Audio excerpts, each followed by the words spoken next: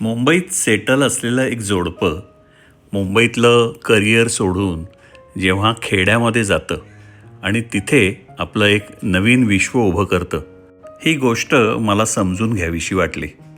श्रद्धा जोशी आणि मंगेश गोवेकर या जोडप्याने चिपळूण जवळच्या परशुराम येथे एका डोंगर माथ्यावर हे एक नवीन रिसॉर्ट सुरू केलं आहे. या रिसॉर्टचं नावही त्यांनी डोंगर माथा असंच ठेवलं आहे. बांबू, चिरा, लाकूड अशा नैसर्गिक वस्तूंपासून हे रिसॉर्ट तयार झालं आहे आणि म्हणून याचं नाव आहे इको फ्रेंडली रिसॉर्ट. मी 2 दिवस ह्या रिसॉर्टवर राहिलो. मंगेशकडनं इथल्या अनेक गोष्टी समजून घेतल्या.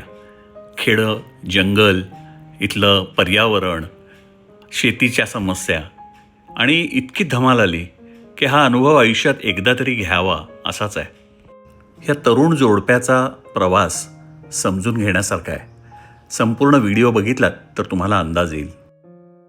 इथे येणारे जी लोक आहेत ना, ज्यांना मुळातच निसर्ग आवडतो असेच लोक येतात. कारण आम्ही दारू अलाव करत नाही. स्मोकिंग अगदी एखाद्याला चेन स्मोकर असेल तर एखादा स्मोकिंग पॉईंटलाच त्याला अलाव करतो आम्ही, रूममध्ये अलाव करत नाही.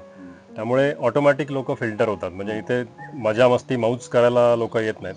शांतता जी निसर्गाची अनुभवायची आहे, त्याचा रिदम ताल जो अनुभवायचा आहे त्यासाठीच लोक येतात. म्हणजे आर्किटेक्ट्स आहेत, फोटोग्राफर्स आहेत, बर्ड वॉचर्स आहेत, आर्टिस्ट आहेत.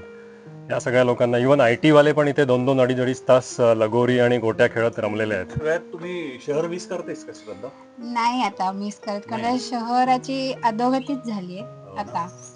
त्यामुळे नाही, हेच मला आता शांत लाईफच आवडेल.